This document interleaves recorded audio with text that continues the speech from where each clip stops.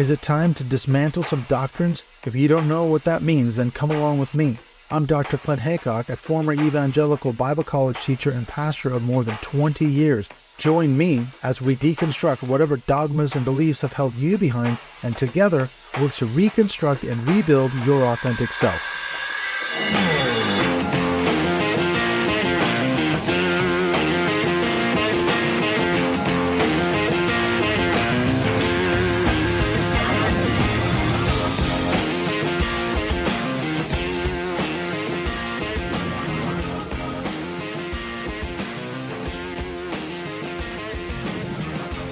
Hey everybody, welcome to this special edition looking at the consequences of Project Esther. I'm your host, Dr. Clint Haycock, as always here on the Dismantling Doctrine podcast. Thanks for dropping in. Now I know I just did a bonus episode with Chris Shelton on this last week, but this is such an important story. This is a breaking story. A lot of people don't know about Project Esther, and I'm going to take a very deep dive into this in this episode. I've been researching this for about a month and a half now. And the more I look into this, the more I research on this, the more concerned I'm getting. And this is a scary thing. We've got now what Chris Shelton calls the American Gestapo. We now have on the streets of many cities in the United States, we have ICE agents, and these people are wearing masks. They've got no identification. They've got no warrants. They are literally disappearing people right off the streets, and they are arresting them, as I say, without a warrant. They're detaining them illegally, and now we're hearing stories, many stories of people who are being deported back to their home country, again, without any sort of due process, which is flagrantly illegal and unconstitutional. And what's happening right now, this is Donald Trump's crackdown supposedly on illegal immigrants. But part of this, as we're going to discover in this episode, is the motivation that is laid out in the policy recommendations of Project Esther. And I'm going to get into that here in a minute. Just wanted to mention before we get into Project Esther, what's coming up here on the show.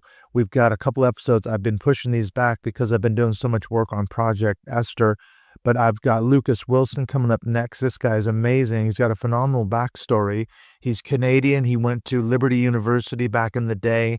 And he came out as gay, and he went through what is called, quote unquote, conversion therapy while he was a student at Liberty University, and he survived that, fortunately for him.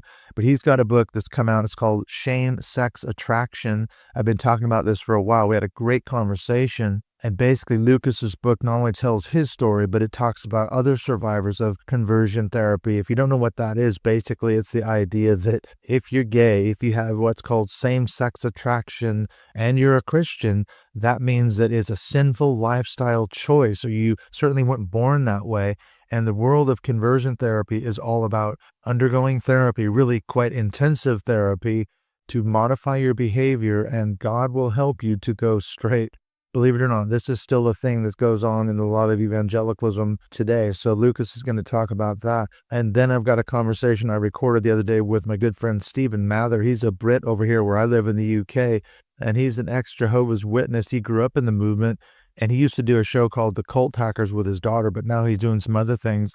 But what we did, we sat down for a good hour or so, and we went through Dr. Robert J. Lifton's 8 markers of cults, and we kind of compared notes, me as an ex-evangelical, him as an ex-Jehovah's Witness, and we talked about each one in turn, exactly how these various cult tactics were used on us. And then we also got into the psychological effects of each one. And this is a really important element to discuss too, because you want to look at how it affected us mentally, as well as even physically in some cases.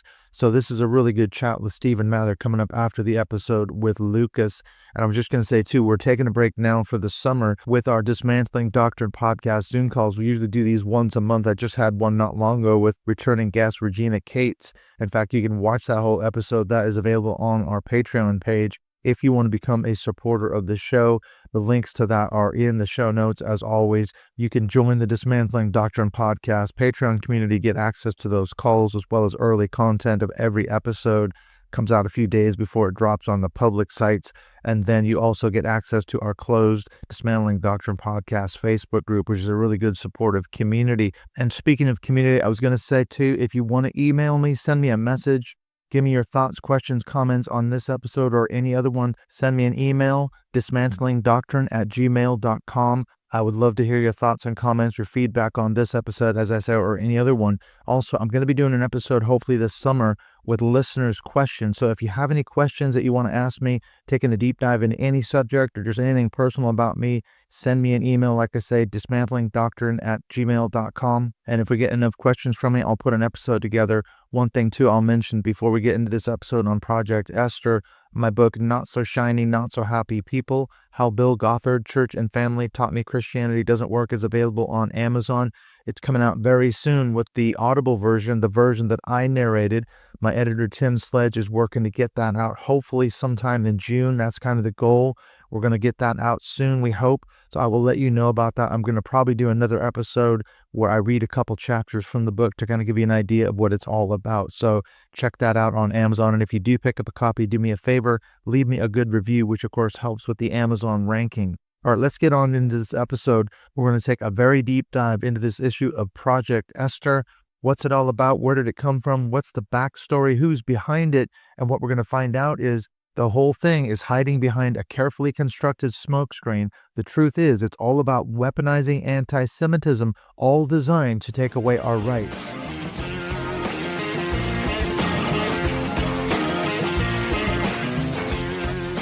First, they came for the communists, and I did not speak out because I was not a communist.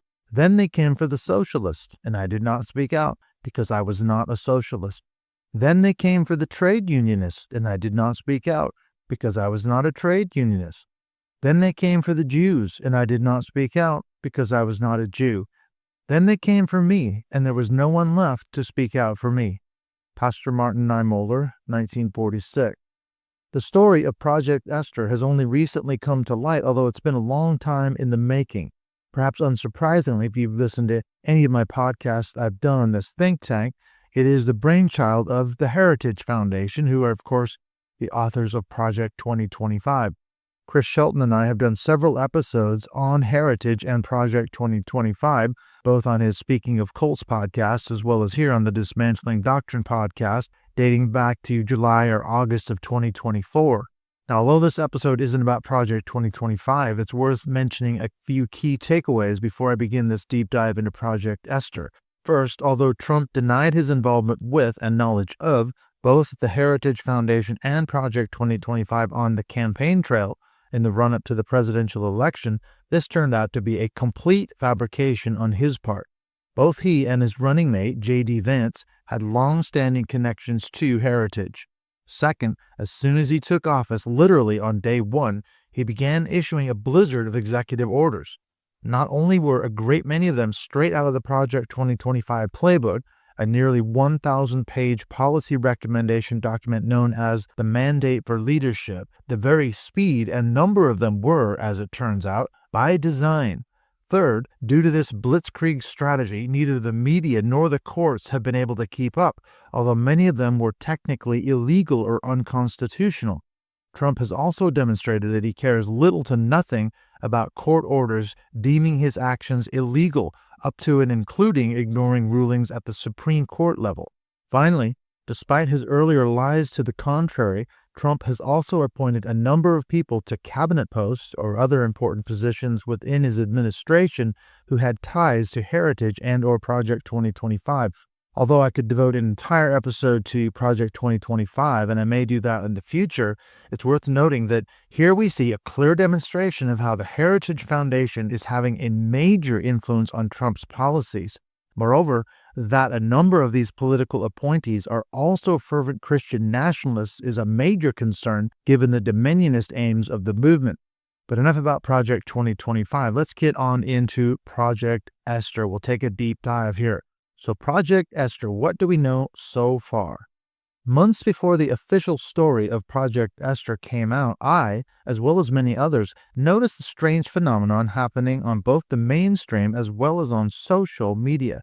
Those who dared to speak out against Israel's actions in Gaza were immediately being labeled as anti-Semitic. This phenomenon was so troubling that I wanted to hear other people's input on it, so on December 14, 2023, I put up a post about this in the Dismantling Doctrine podcast Facebook group for discussion. And this is what I said. It's interesting to read what I wrote going back as far as 2023. I wrote, quote, I realize that this question will be potentially massively controversial, but here goes. Long post. Is anyone troubled about Israel's response to the Hamas attacks? Clearly, what Hamas did initially was horrific, no question about it. But my question is this. Is Israel's ongoing war against Hamas balanced at all in terms of a measured response? Or does it seem to anyone that they're daily committing war crimes and or human rights violations within the Palestinian civilian population? I read an article in The Intercept the other day that stated Israel, in their reprisals against Gaza in the effort to take out Hamas fighters and leaders, have killed something like 18,000 Palestinian civilians. That is way more than were killed in the original Hamas attack. Moreover, they've indiscriminately bombed schools, hospitals, residential neighborhoods, etc., often with massive collateral damage to civilians. Lots of kids have been injured or killed in the crossfire. Beyond that, if anyone in governmental leadership dares to question what they, allied with the USA in terms of selling them weapons, etc., are doing in Gaza, they are instantly labeled anti-Semitic.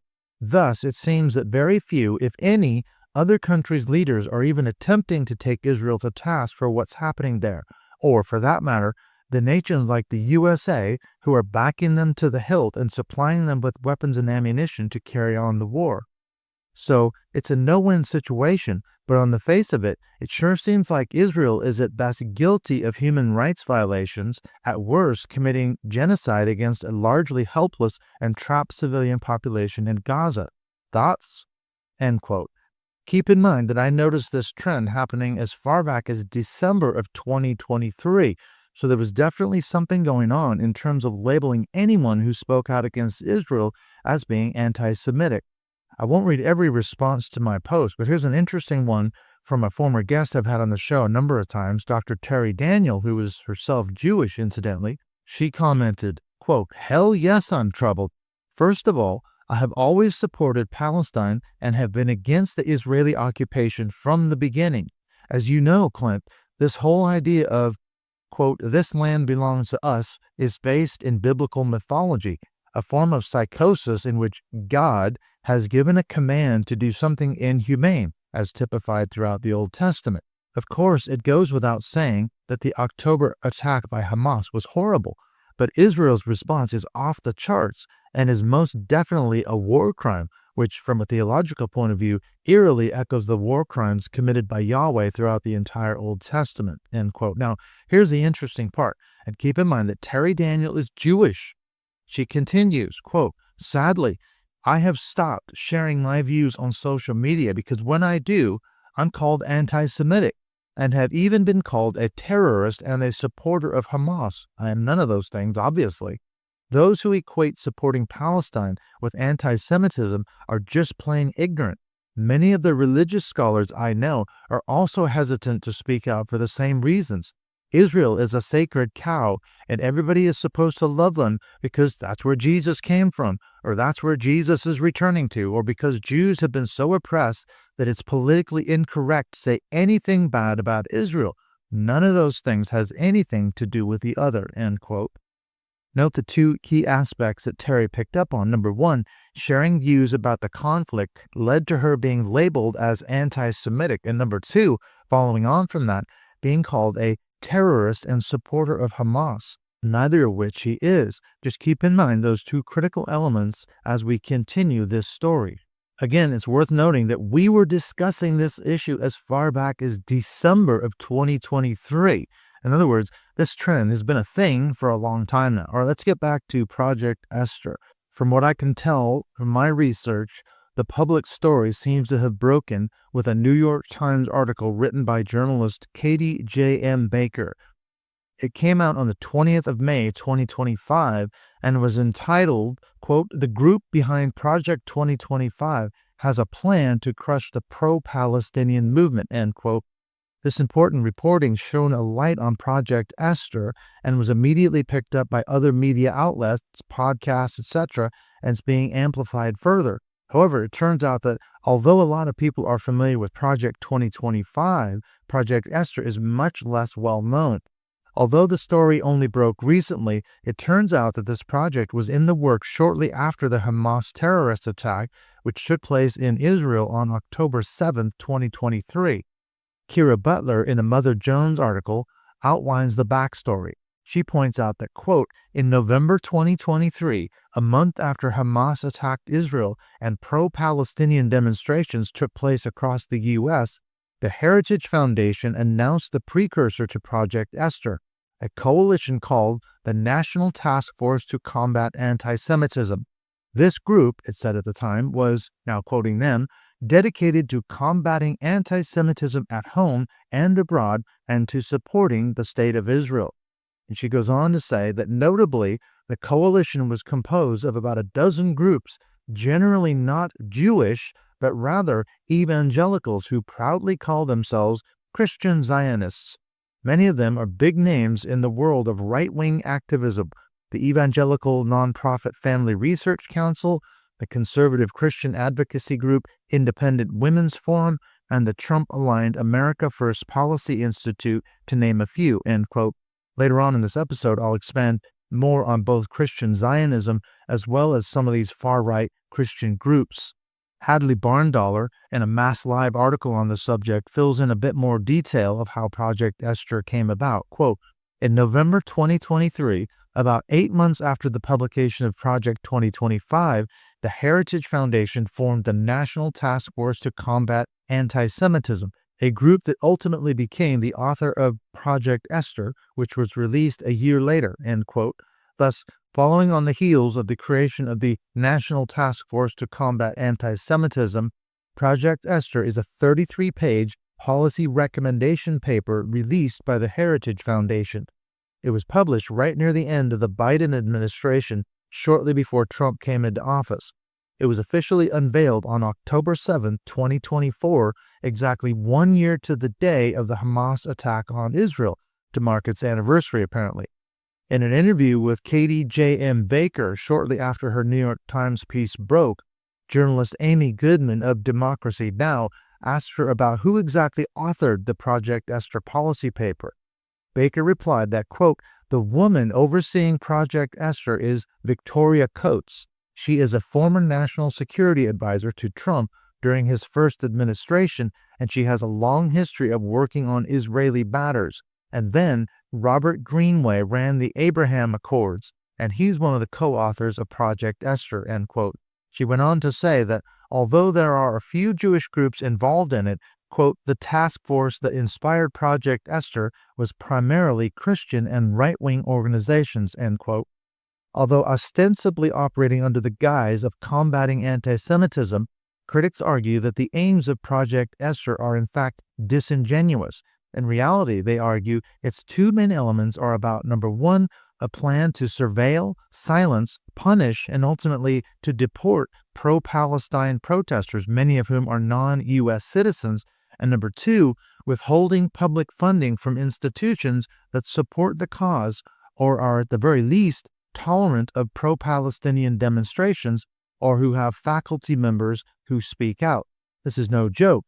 We've seen most prominently that Harvard in particular, as well as Columbia, have become targets for the Trump administration as it seeks to carry out the policy recommendations laid out in Project Esther.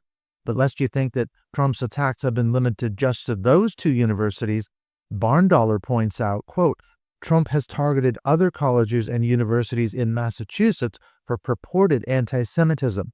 Boston University, Tufts University, Emerson College, and Wellesley College were all included on a national list of 60 universities the Department of Education released in March, announcing investigations into whether the schools have failed to meet their obligations to Jewish students under the Title VI Act of the Civil Rights Act of 1964, end quote. Let's take a deeper dive into this subject. Let's first start by looking at the biblical background to this whole thing.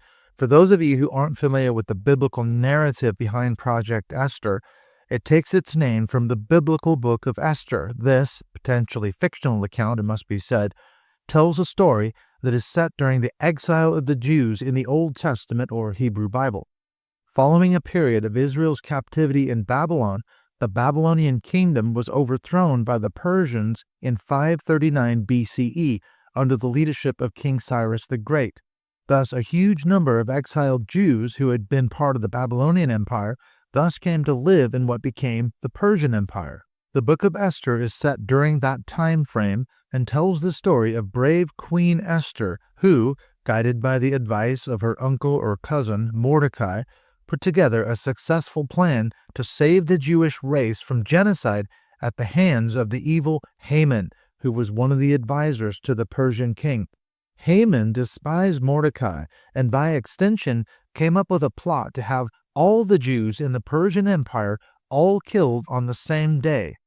To enact his evil plot, Haman thus attempted to manipulate King Ahasuerus, or Xerxes I, who reigned from 486 to 465 BCE, into agreeing to a plot to eliminate all the Jews in the empire.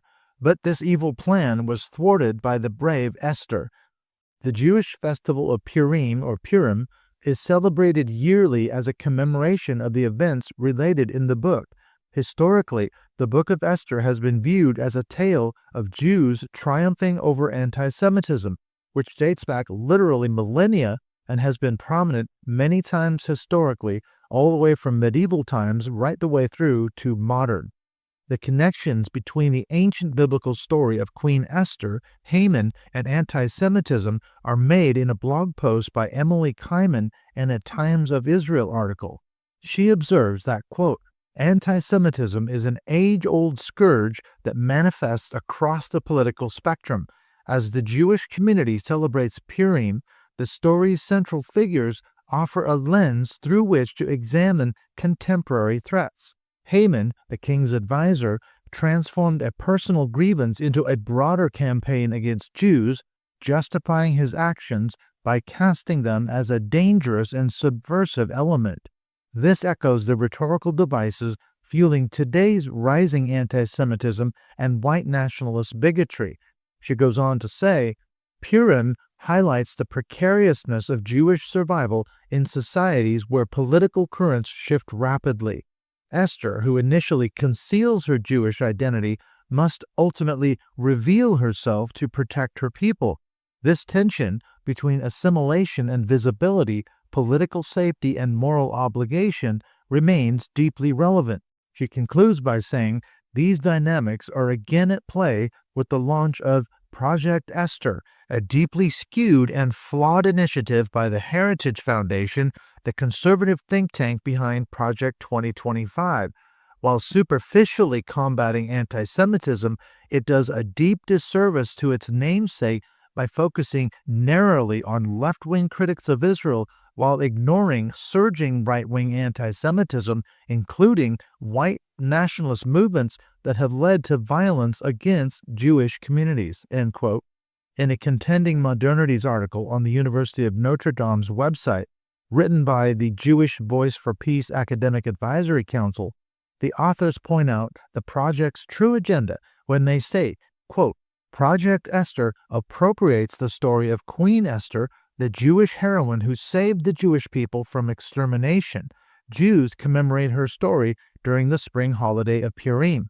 While the Heritage Foundation calls Project Esther their national strategy to combat anti-Semitism, their program does precisely the opposite. Rather than protecting Jews from anti-Semitism, Project Esther deploys anti-Semitic conspiracy theories mixed with the false claim of defending Jews as a smokescreen to attack the Palestinian liberation movement. While this movement is diverse, we know these attacks will be used to disproportionately target Palestinian, Muslim, and Arab people, non-citizens first among them, as well as organizations representing them. Project Esther aims at nothing less than the full-scale dismantling of the Palestine Solidarity movement as a crucial ingredient of the racist anti-immigration policies unleashed simultaneously, and it invokes the defense of the Jewish people as rhetorical human shields in order to do so, end quote. What's the purpose of Project Esther? According to the Project Esther's own site, the purpose of the Project Esther position paper is as follows, quote, Named after the historic Jewish heroine who saved the Jews from genocide in ancient Persia, Project Esther provides a blueprint to counter anti-Semitism in the United States and ensure the security and prosperity of all Americans, end quote. On its face, Project Esther appears tied to the many historic examples of anti-Semitism that Jews have experienced over the centuries. As one old Yiddish proverb states, quote, so many Hamans and only one Purim, end quote.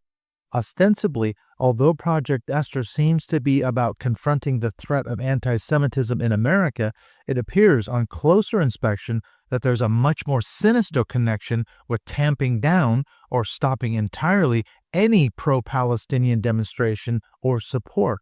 Thus, it's being used as a cudgel to tamp down or dismantle free speech under the guise of combating anti-Semitism. Khalida Rahman points out this very fact in a Newsweek article stating that, quote, months before President Donald Trump returned to office, the creators of Project 2025 unveiled a blueprint to shut down pro-Palestinian activism in the United States, end quote.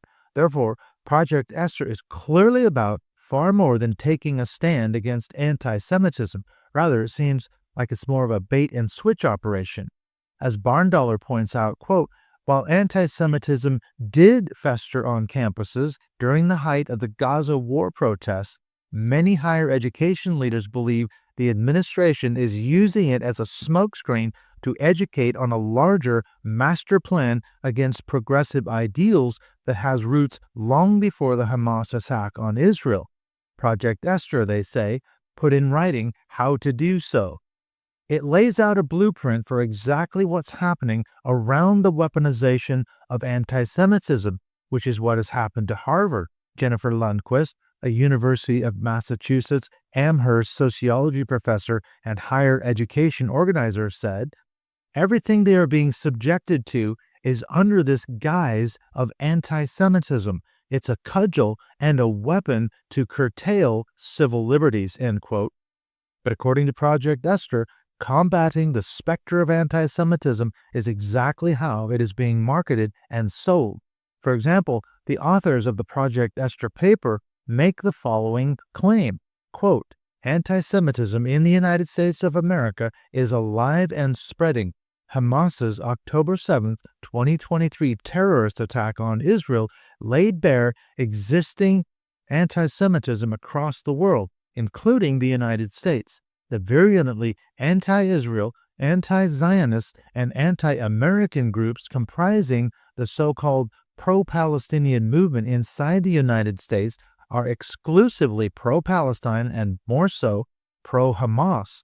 They are part of a highly organized global Hamas support network, HSN, and therefore effectively a terrorist support network, end quote. Going back, remember, this is exactly what Dr. Terry Daniels said in her post going back to 2023. Moreover, Project Esther argues that the goal of these, quote, HSN and HSO, that is Hamas Support Organization, terrorist networks, is to infiltrate college and university campuses with the aim of corrupting the American educational system. Barndollar notes that Project Esther argues that, quote, Hamas support organizations, or HSOs, have infiltrated their ideology into the U.S. education system across all levels, Project Esther reads. It is pervasive, now quoting from them, the U.S. education system fosters anti-Semitism under the guise of pro-Palestinian, anti-Israel, anti-Zionist narratives across universities, high schools, and elementary schools, often under the umbrella or within the rubric of diversity, equity, and inclusion, DEI, and similar Marxist ideology, end quote. Trump's attacks on Harvard, for example, demonstrate a blending of policy recommendations of, for example, Project 2025, targeting DEI policies, and Project Esther, targeting pro-Palestine sentiment. It's important to note, therefore, that the key impetus behind Project Esther is hidden behind a carefully constructed smokescreen. Although it is supposedly about confronting the scourge of anti-Semitism, that claim veils the fact that, according to Project Esther, anything or anyone that is pro-Palestine or at the least critical of Israel is A, automatically anti-Israel and is therefore B, anti-Semitic, and then C, supportive of Hamas, a supposedly global terrorist organization. That to me seems like quite a sizable leap of illogic to make from one all the way to the other. The fact is that Project Esther raises serious concerns about A, the weaponization of anti-Semitism for political ends, and B, the loss of civil liberties at the hands of an authoritarian government. In her Times of Israel blog post, Kaiman notes that, quote, history shows the danger of authoritarian regimes defining citizenship based on identity and political views. She goes on to say that recent efforts to criminalize pro-Palestinian activism and brand it as inherently anti-Semitic threaten free expression and distort genuine concerns about rising anti-Semitism. As Yehuda Kurtzer has argued, she says, dismantling democratic safeguards does not just threaten Jewish values, it threatens Jewish safety. The American Jewish community has flourished due to equal protection and fair governance. Undermining these institutions in the name of combating anti-Semitism ultimately makes Jews less safe, not more, end quote. All right, so let's take a look at the goals and the objectives of Project Esther. What's exactly their motivation behind it? What's driving it? Well, according to the Project Esther policy paper, its goals and objectives are as follows. It's twofold. First of all, they say, quote, goal, ensure that U.S.-based anti-Semitic movements are incapable of threatening U.S. citizens with violence. And then two, objective, dismantle the pro-Hamas support network's infrastructure across America, end quote. Barn Dollars shows that Project Esther has a specific number of goals and objectives, many of which have been adapted by the Trump administration as it targets both foreign students and universities such as Harvard and Columbia. Quote, actions taken in the name of Project Esther, the Project Esther document advises, should also gather evidence of criminal activity, position pro-Palestine views shared on social media as a liability, and make platforms unwilling to host them, make municipalities unwilling to grant permits for related protests or demonstrations, and then finally, convey overall messaging that pro-Palestine supporters present a threat to American livelihoods, Jewish or otherwise, end quote. Well, there are a number of concerning elements to Project Esther. I'm just going to go through them and break them down in part here. So let's go through it. Number one, taking part in any pro-Palestinian movement, be it a demonstration somewhere like a college or university campus, or saying or writing anything decrying Israel's role in the genocide, etc., is automatically labeled by Project Esther as being, quote, anti-Semitic. And then going on from that, number two, anyone supportive of Palestine or critical of Israel is labeled as being part of the allegedly Global Hamas Support Network, HSN, or the equally scary-sounding and allegedly affiliated Hamas Support Organization, or HSO. However, this is most likely hysteria as well as fiction.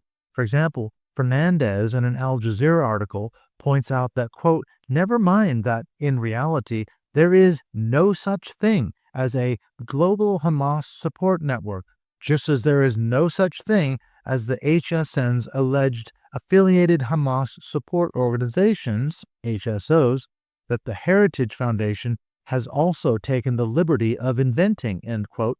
He goes on to state that, quote, the document said, now quoting them, the virulently anti-Israel, anti-Zionist, and anti-American groups comprising the pro-Palestinian movement are pro-Hamas and effectively a terrorist support network.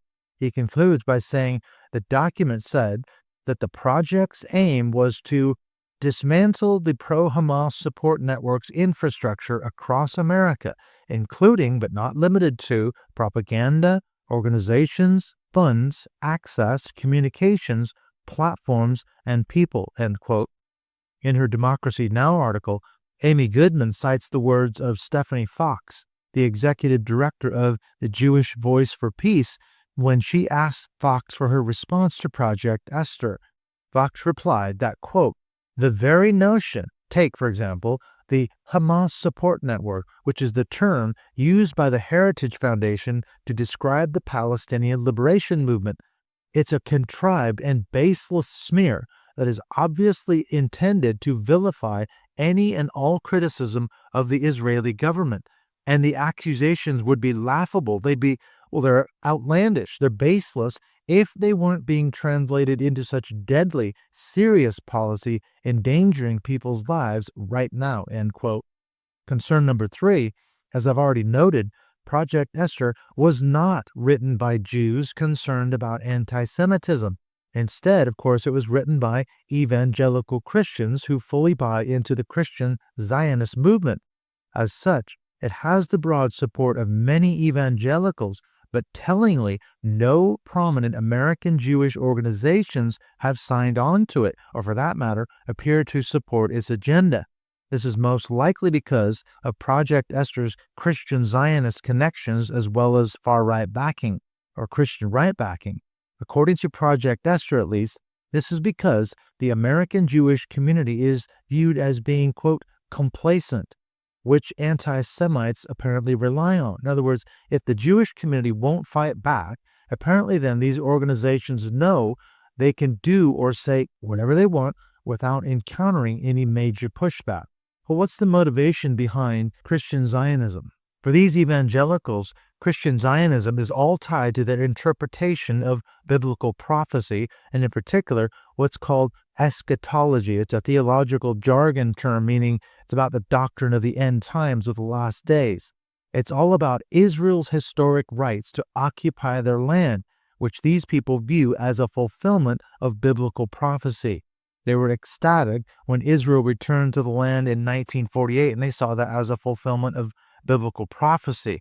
And for them, their future as evangelicals, they believe, is closely tied to America's support of the state of Israel, since they see Israel as playing a major role in fulfilling end times prophecies, the return of Jesus to earth, the events outlined in the book of Revelation and Daniel, and so forth. Essentially, as these evangelicals see it, America's continued support for Israel will A, hasten the coming of the end times, and B, it will advance the global influence of Christianity, which is basically dominionism or dominion theology. In reality, however, it has a broader appeal beyond just those who buy into Christian Zionism. Journalist Katie J.M. Baker, the one who originally wrote the article in New York Times about Project Esther, she points out that, quote, there are some Christian Zionists who are interested in Israel because they think that it will help bring about Christian dominion worldwide or bring about biblical end times. But there are also a lot of Christians who just see shared Judeo-Christian values and support Israel for that reason, end quote. On that basis, there's a connection here to Christian nationalism also. As a quote-unquote Christian nation, a big part of being such is that the United States must unreservedly support the state of Israel. Project Esther's own wording gives the game away by stating that support for Israel ensures both the security and the prosperity of all Americans. This is because, in their worldview, any nation who blesses Israel will in turn be blessed by God.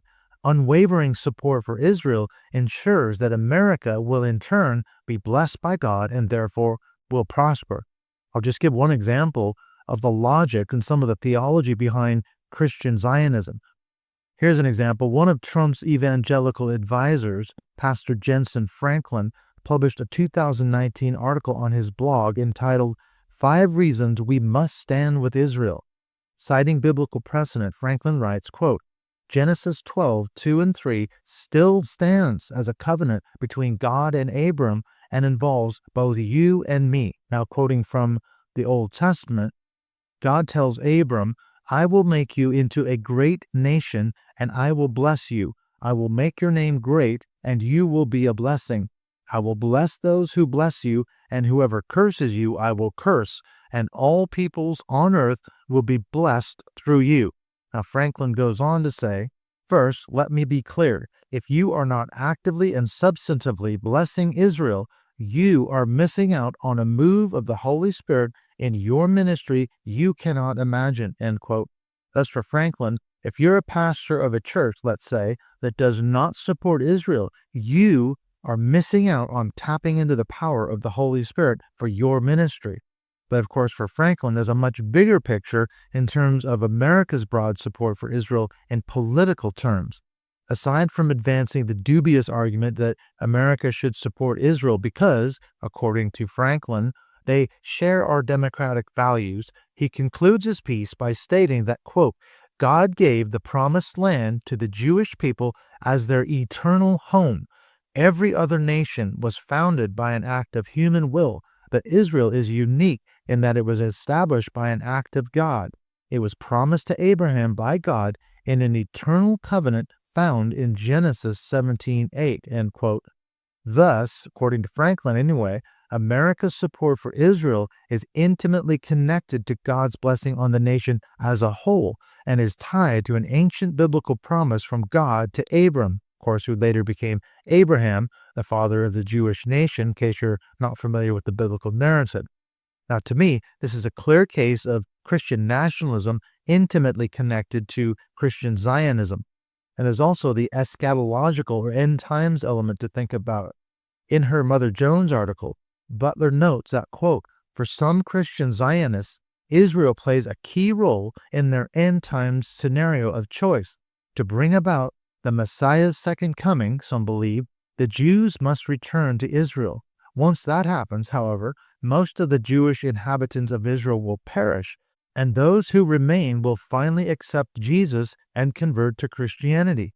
This set of beliefs is common among adherents of the New Apostolic Reformation, a network of charismatic Christians who believe that God speaks directly to modern-day prophets and apostles and that Christians are called to take dominion over the United States.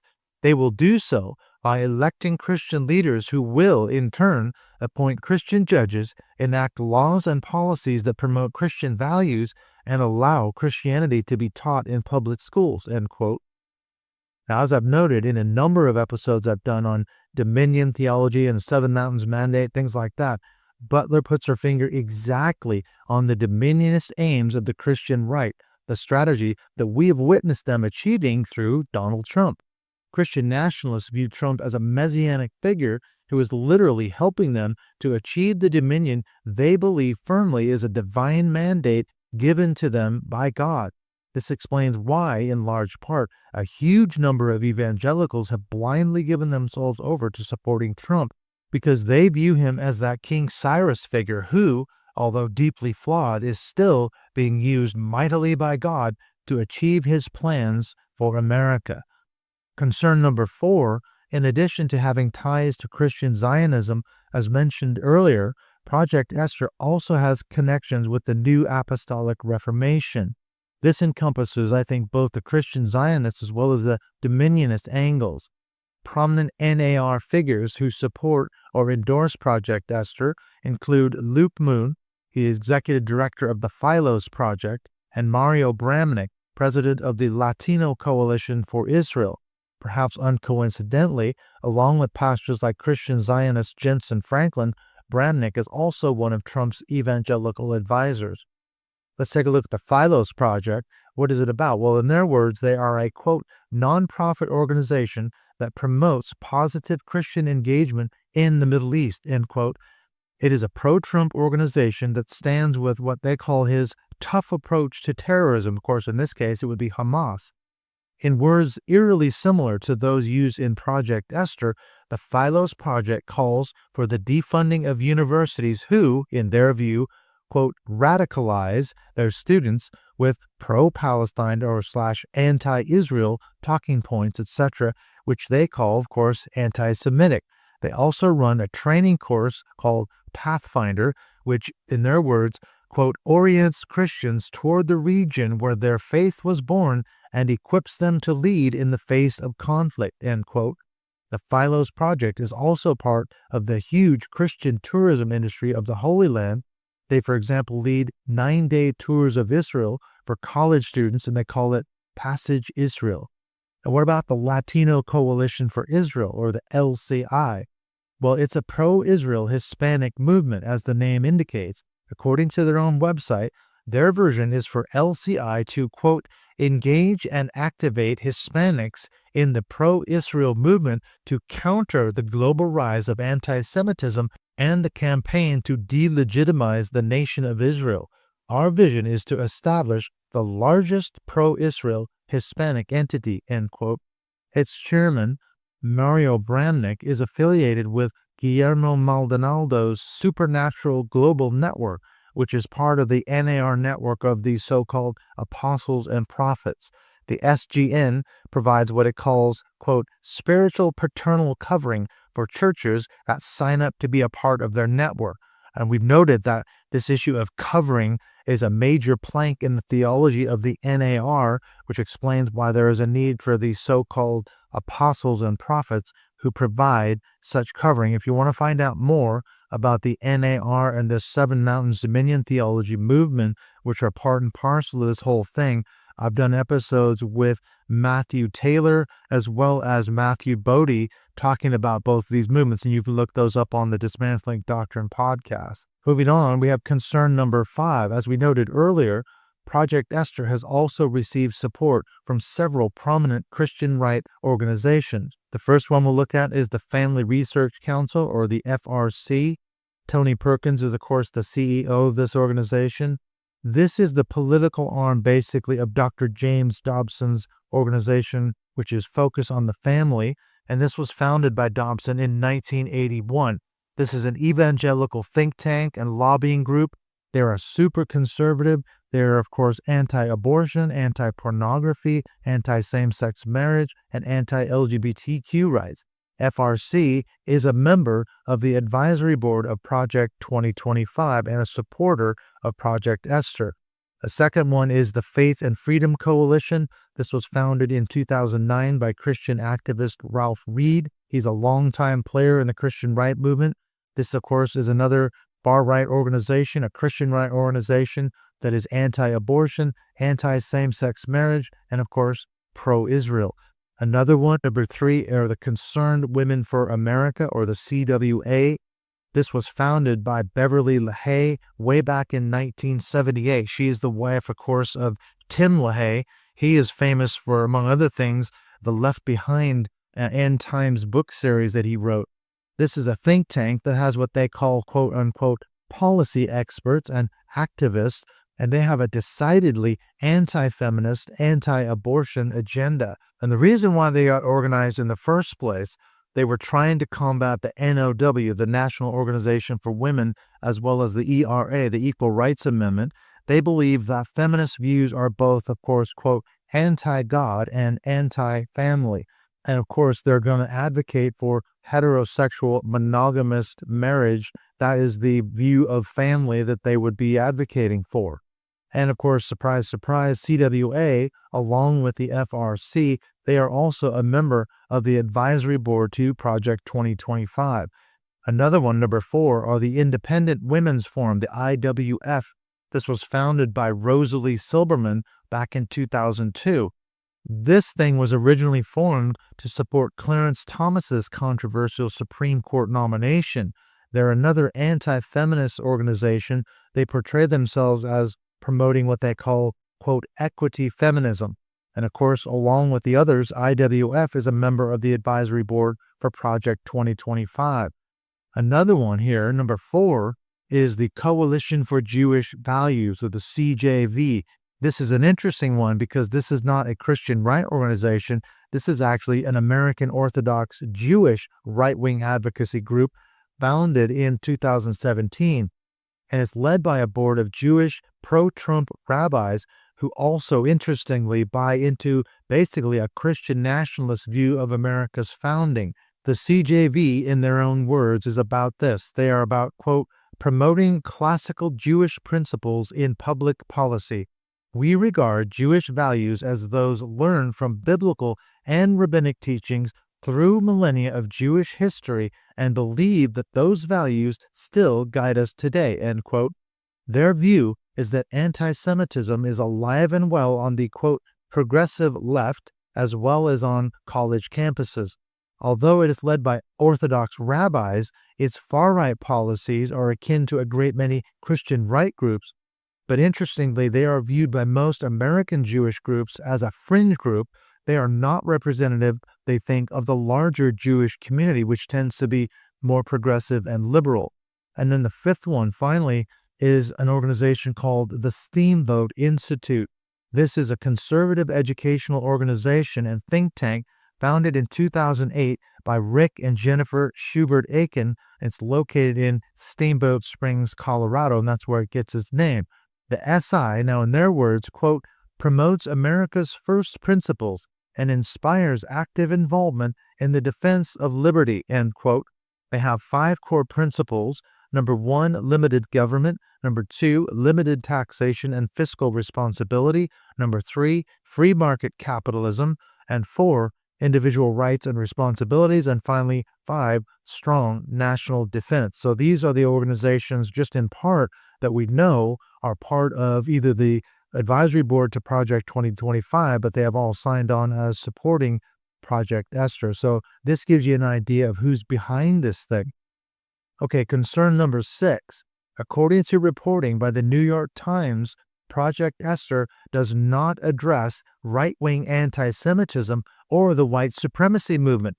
Essentially, while blaming anti-Semitism on anything that is deemed, quote, pro-Palestine, which by extension means being pro-Hamas, it completely ignores the blatant anti-Semitism of known hate groups.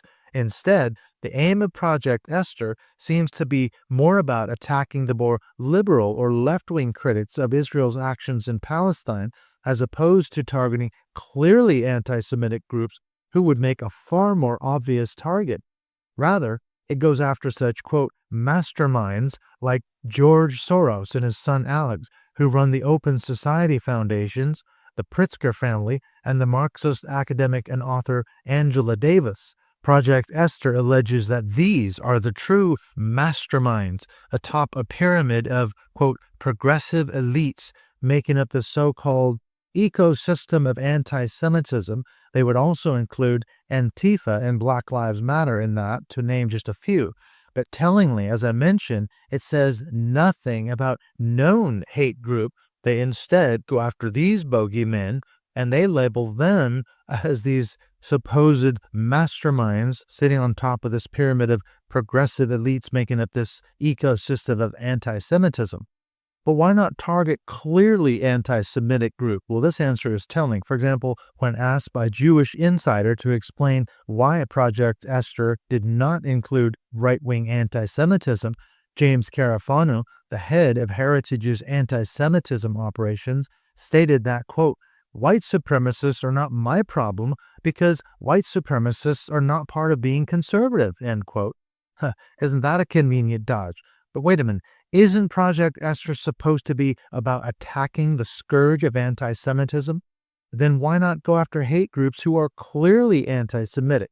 The fact that Project Esther doesn't do or say anything about such groups not only gives the game away, it gives the lie to their entire claim.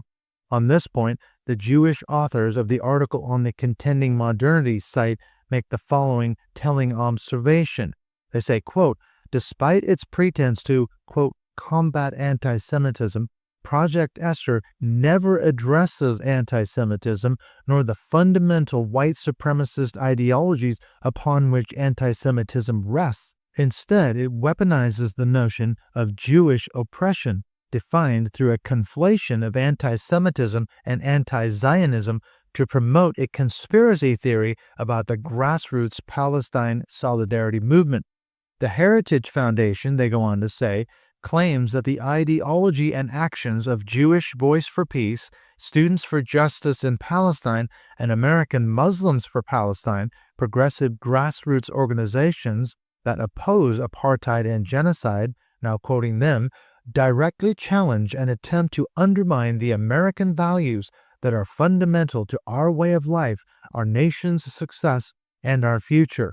And they go on to say, in characterizing our movement against colonial violence as a, quote, terrorist movement, the Heritage Foundation proposes to upend reality.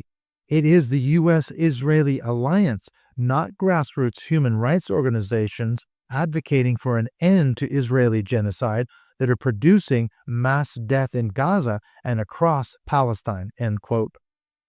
Concern number 7, Project Esther goes far beyond simply combating anti-Semitism and actually supports several draconian actions against anyone they consider to be anti-Semitic. According to Project Esther, anyone who supports Hamas, read critical of Israel's actions in Gaza or supportive of Palestine, should be deported, defunded, sued, fired, expelled, ostracized, or otherwise excluded from what it considers, quote, open society. Keep in mind, as we just mentioned a minute ago, that Project Esther completely ignores acting out against white supremacist or neo-Nazi hate groups who are clearly anti-Semitic. No question about that. Yet it recommends that all these draconian actions against those they deem to have crossed the line. Simply participating in a pro-Palestine march or protest, if you're a foreign student, for example, could result in having your visa revoked and facing immediate deportation, all without your constitutional right for due process. Moving on, concern number 8, for schools and universities, Project Esther recommends removing curriculum labeled as, quote, Hamas support, getting rid of any supporting faculty, purging social media of allegedly anti-Semitic content, defunding institutions of public funding, and revoking the visas and deporting of those involved in pro-Palestinian advocacy. Any faculty member who writes anything on social media or puts out a paper that is critical of Israel or pro-Palestine could lose his or her job. We've already witnessed foreign students who were disappeared. They were arrested by ICE and deported because they wrote articles in the school newspaper either critical of Israel or were somehow seen as being pro-Palestine. I mean, it may have only been that they attended or participated in a pro-Palestine protest or march. According to Drennan and Levinson King in a BBC article, they say, quote, for the last few weeks, many foreign students living in the U.S. have watched as a sequence of events has repeated itself on their social media feed.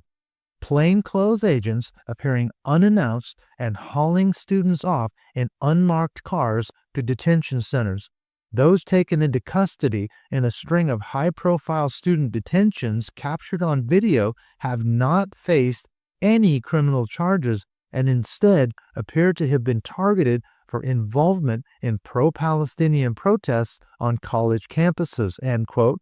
As with other high-profile ICE arrests or deportations, this again is potentially a clear violation of one's constitutional rights to due process. As Chris Shelton said, this is basically, we're seeing it right now playing out in real time. This is the American Gestapo. Currently, this is playing out in terms of the Trump administration's ongoing war against Harvard. This seems to be, as I said before, a blending of both Project 2025 and Project Esther because it's a combination of anti-DEI and anything being deemed, quote, anti-Semitic. We already saw that Project 2025 was targeting DEI policies both in the federal government as well as at several universities, and Project Esther is going after anti-Semitism.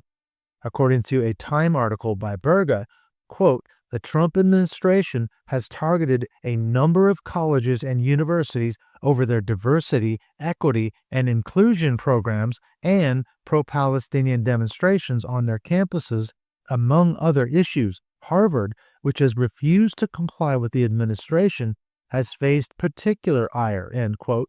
Currently, Harvard stands to lose up to $100 million and possibly more in federal funding as the war between them and Trump escalates.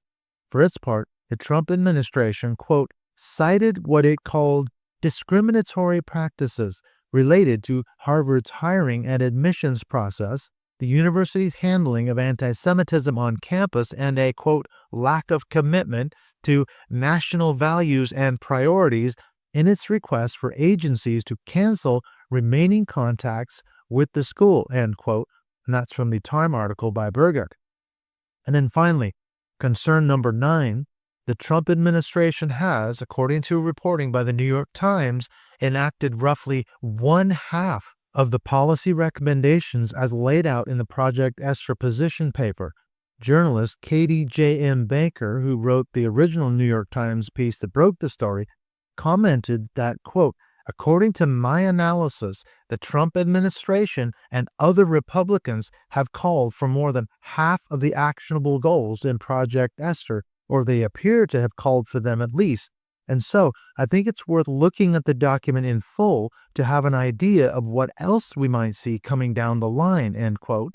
From targeting, arresting, and deporting foreign students who were allegedly viewed as pro-Palestine, to defunding universities and colleges, or simply enlisting the help of both state and local law enforcement to, quote, generate uncomfortable conditions that would dissuade protesters, Trump has apparently bought into a large part of what Project Esther recommends. A fact that the Heritage Foundation wrote both Project Esther and Project 2025, and further, that Trump has enacted many elements of both, is not only very telling, it's very concerning. As I noted earlier, Trump's attacks on Harvard demonstrate a blending of policy recommendations as laid out in both Project 2025 and Project Esther. What we're witnessing, I think, is the dismantling of American democracy in real time, all in the guise of combating anti-Semitism. In reality, I think it's clear that Project Esther is actually about the weaponization of anti-Semitism to deny people their constitutional rights, to target progressive institutions of higher education, and to dismantle the guardrails that used to protect both democracy and American citizens. Martin Niemöller's famous poem that I cited at the beginning of this episode, First They Came, is actually coming true right before our eyes. For example, if plainclothes ICE officials, American Gestapo, if they can disappear a foreign student right off the street in broad daylight, deny them due process, and deport them back to their home country, how long will it be before they come for you or me? And there will be, as Niemöller says, no one left to speak out. It's a powerful reminder of the dangers posed by silence and complicity in the face of cruelty and oppression. Stephanie Fox, executive director of the Jewish Voice for Peace, picks up the same argument when she states, quote, Project Esther was created by the ultra-conservative white Christian nationalists and should be understood as an addendum to Project 2025, which is the Heritage Foundation's plan to remake the U.S. in an ultra-conservative image. It has absolutely nothing to do with Jewish safety and is intended solely to destroy the Palestinian liberation movement using tools that can then be used against all communities and movements and democracy itself.